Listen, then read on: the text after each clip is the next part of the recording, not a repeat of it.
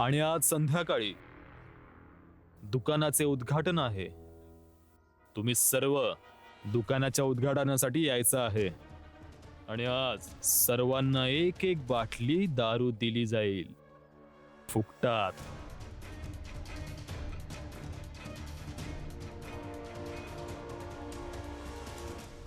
काय काय बोलला तुम्ही? खरंच आवाजनी दारू मिळणार? फुकटबंदी? फुल कोण विकतंय इथे? तो नंदू. घेऊन ये फुलं, दुकान सजवायचं आहे, कळलं? वय मालक.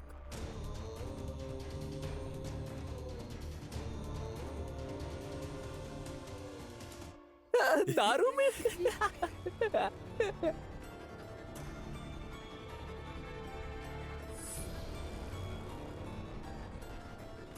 भीमदादा, असं कधी होणार जेव्हा प्रत्येक जण सुशिक्षित असेल?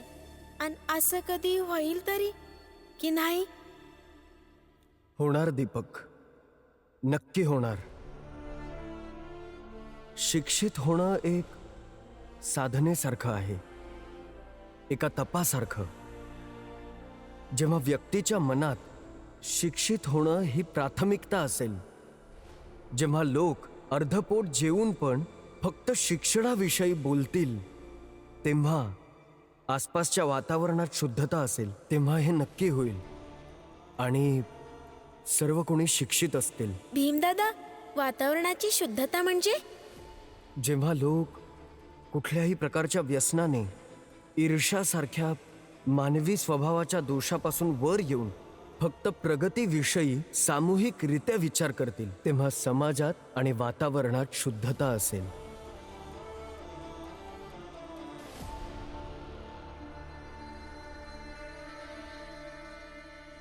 अरे लवकर लवकर उतरवा.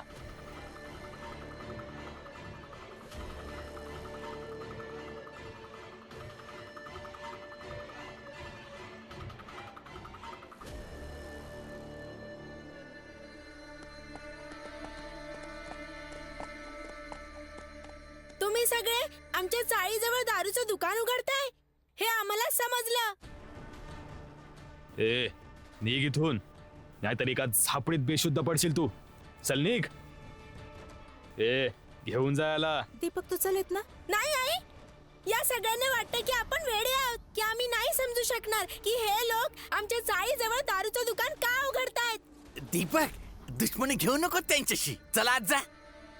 हा चला चल. भीमदादा, हे लोक आपल्या चाळीजवळ यासाठी दारूचं दुकान उघडतायत की जो शिक्षणाचा मुद्दा आहे, सगळे शिक्षित हो हे स्वप्न आहे, ते संपून जाओ. हे बघा, मी थांब भीमराव तिथेच.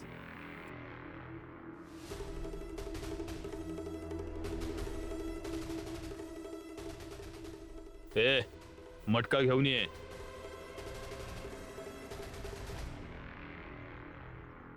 ठेव तिथे.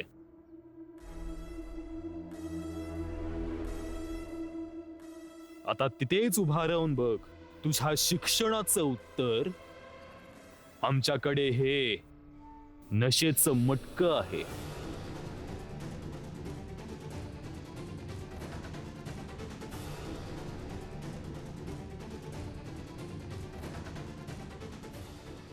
तर भीमराव, ही चांगली स्पर्धा ठरेल की तुझं शिक्षण जिंकतंय की ही दारू.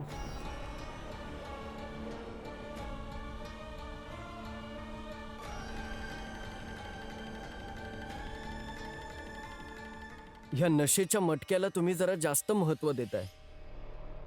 तुम्हाला एक गोष्ट सांगतो, शिक्षणासमोर जगातील कोणतीही वस्तू टिकू शकत नाही.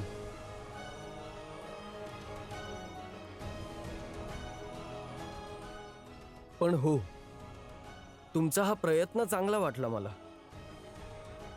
आमच्या चाळीच्या बाहेर हे दारूचे दुकान चालू करून तुम्ही शिक्षण आणि प्रगतीच्या मार्गात जी बाधा घालण्याचा प्रयत्न करत आहात, चांगलं वाटलं मला. प्रयत्न नाही, सफलता आहे ही. आणि इथे उद्घाटन आज रात्रीच होणार आहे. तू सुद्धा ये रात्री. देऊन टाकू तुला सुद्धा एक मटका. ऐकलंय, लहानपणापासून फक्त शिकत आलायस, दमला असशील, थोडीशी पिलीस तर झोप चांगली येईल. तस हे सुद्धा घेऊन जाऊ शकतोस. उद्घाटनाच्या आधी एक दारूचं मटकं आम्ही भीमरावला उपहार देत आहोत.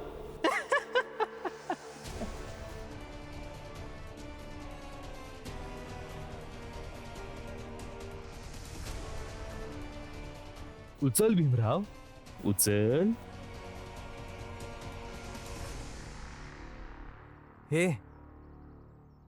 हे मी कधीच नाही उचलणार. माणसाच्या विनाशाचे सर्वात मोठे कारण आहे दारू. आता भले काही होऊ दे. ए, तलवार घेऊन ये.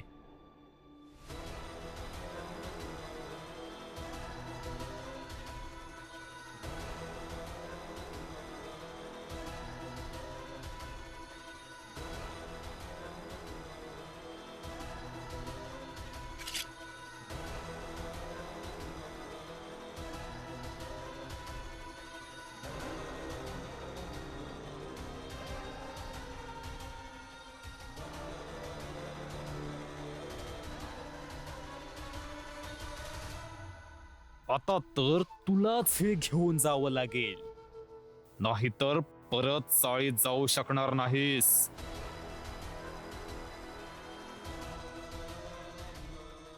उचल, नाहीतर मरणासाठी तयार हो.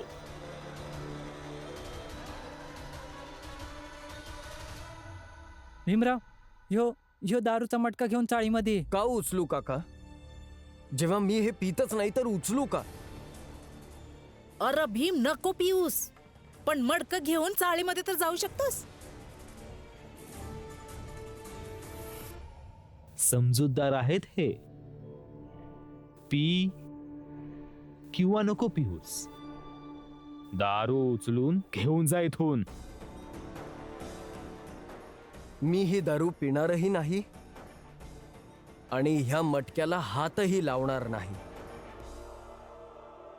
लावशील हात, कारण त्रास काय असतो याची जाणीव तुला आत्ताच होईल.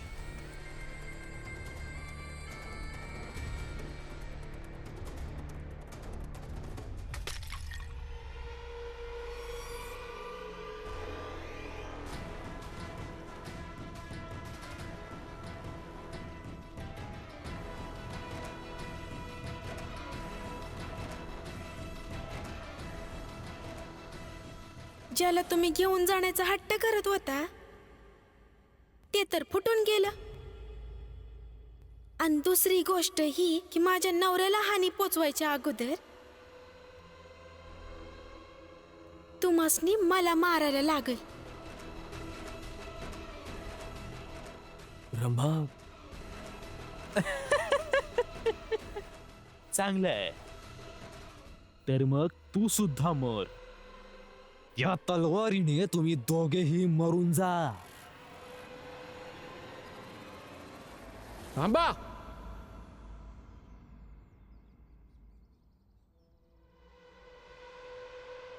याच्या अगोदर मला मारून टाका.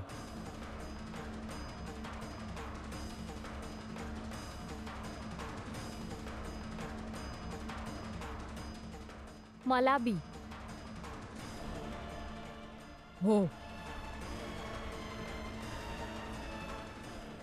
मला बी मारावं लागल.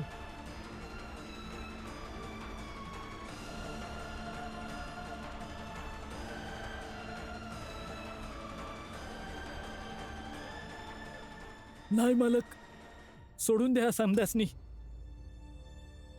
माफ करा मालक.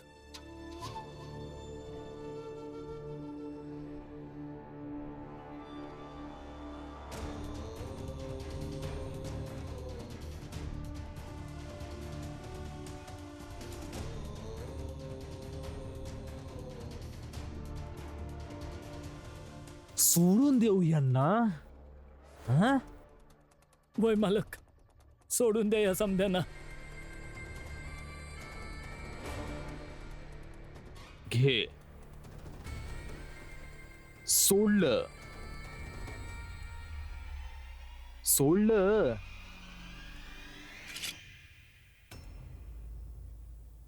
तर भीमराव, मारून टाकलं तर तू बघणार कसं की तुझ्या शिक्षणाचा विजय होतोय की आमच्या दारूचा?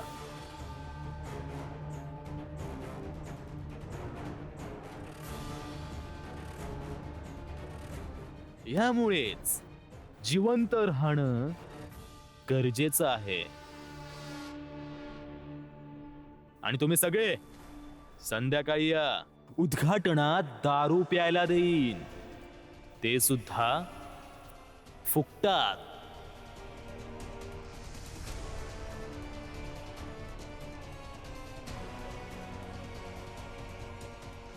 आणि तू जा, जाऊन फुलं घेऊन ये.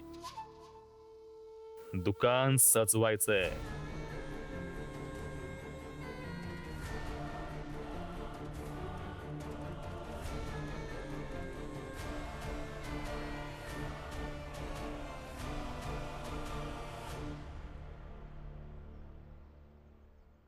मी सांगितलं ना, तुम्ही जावा घराला.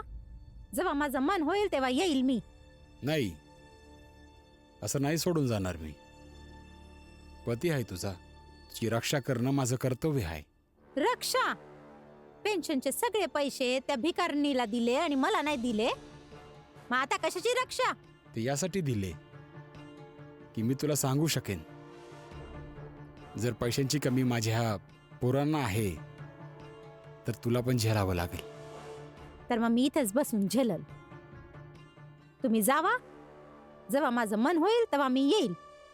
जा. कुठे नाही जाणार. जेव्हा तू येणार तेव्हाच जाणार, नाहीतर इथंच बसून राहणार तुझ्यासोबत.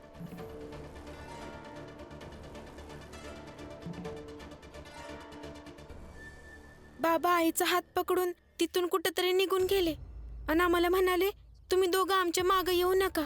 मला वाटतंय दादानी जे केलं ते बरोबरच केलं. कारण जिजाबाईला हे समजायला तर पाहिजेच की ती जे म्हणते तेच नाही होणार. पण मी ह्यांना पण म्हणाले की तुम्ही तरी काहीतरी करा, पण ह्यांनी बी काही नाही केलं आणि त्या हातात पेन्शन घेऊन निघून गेल्या तिथनं. भीम, तू असं का केलंस? ते आत्या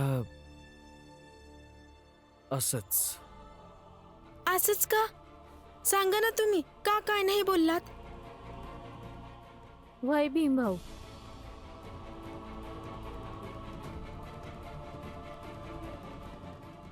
रमा विचारत हाय, मग सांगून टाका.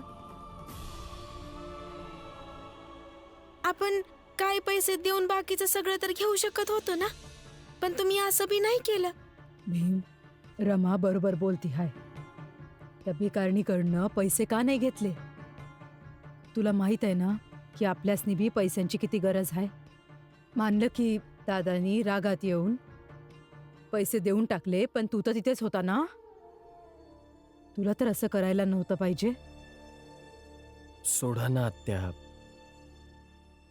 नाही, तुम्ही सांगा की तुम्ही असं का केलं.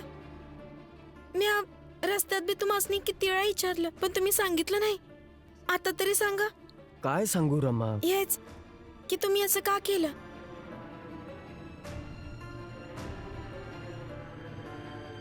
माझ्या मनाने परवानगी नाही दिली त्यांच्याकडून पैसे परत घेण्यासाठी, म्हणून नाही घेतले.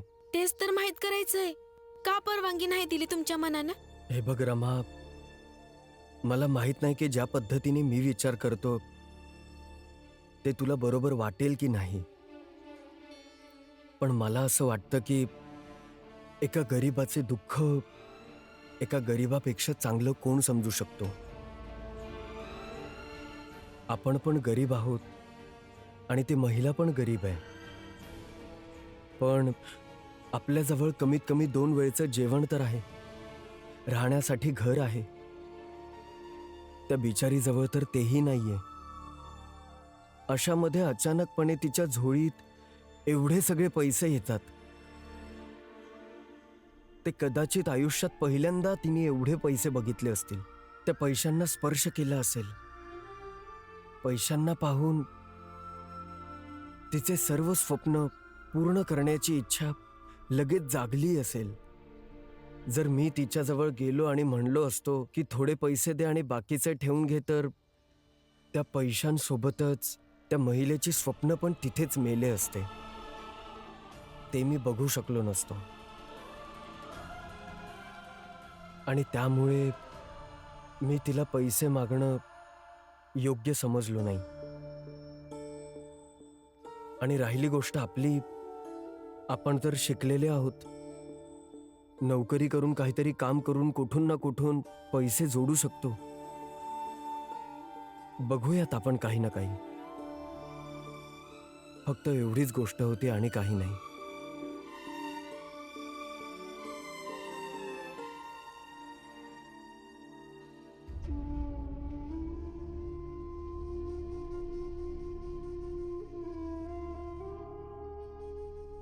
काय झालं रमा? नको रडू पोरी. आत्या, म्या ना खरंच कवा कवा त्यांना समजू नाही शकत. एक व्यक्ती इतका आदर्शवादी कसा असू शकतो? कसं दरवेळी ते एवढं संतुलित राहू शकतात? पोरी, तो भीमराव आंबेडकर आहे, म्हणून आपण त्याच्या मनाला नाही समजू शकत. बरोबर म्हणल्या तुम्ही आत्या. पण एक ना एक दिवस मी पण नक्कीच प्रयत्न करेन की मी त्यांच्या मनाला समजू शकेन. नंदू काका, नका जाऊ त्यांच्यासाठी फुलं घेऊन. ए, काय म्हणणं आहे तुझं? की नंदूने परत मार खावा? फुलं विकायची आहेत त्याला. कुठे विकू देत? अरे पैसे देतील ते लोक.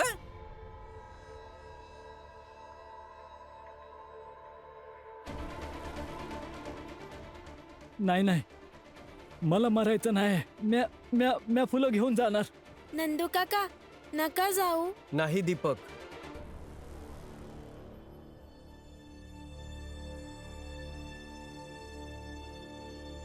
नको अडवू यांना. जाऊ दे. कोणाला किती संघर्ष करायचा आहे ते व्यक्ती स्वतः ठरवतील. जर खरंच यांना भीती वाटत असेल तर जाऊ दे, नको अडवूस. हा, आज पहिल्या येळी आई एकदम बरोबर बोलत आहे नंदू. नंदू, तू जा जा जा जा.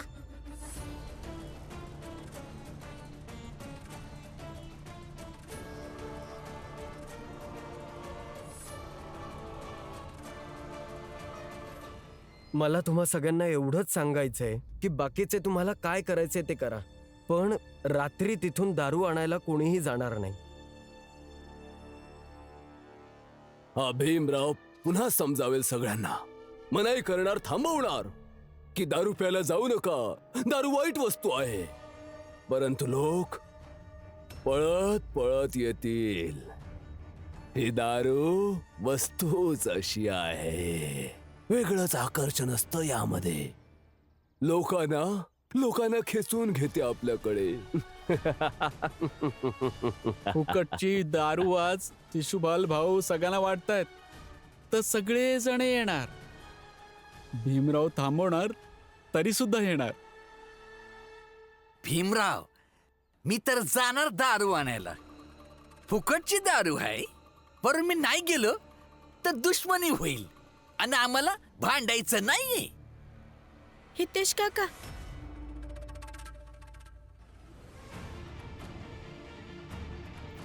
तुम्ही जाताय कशाला?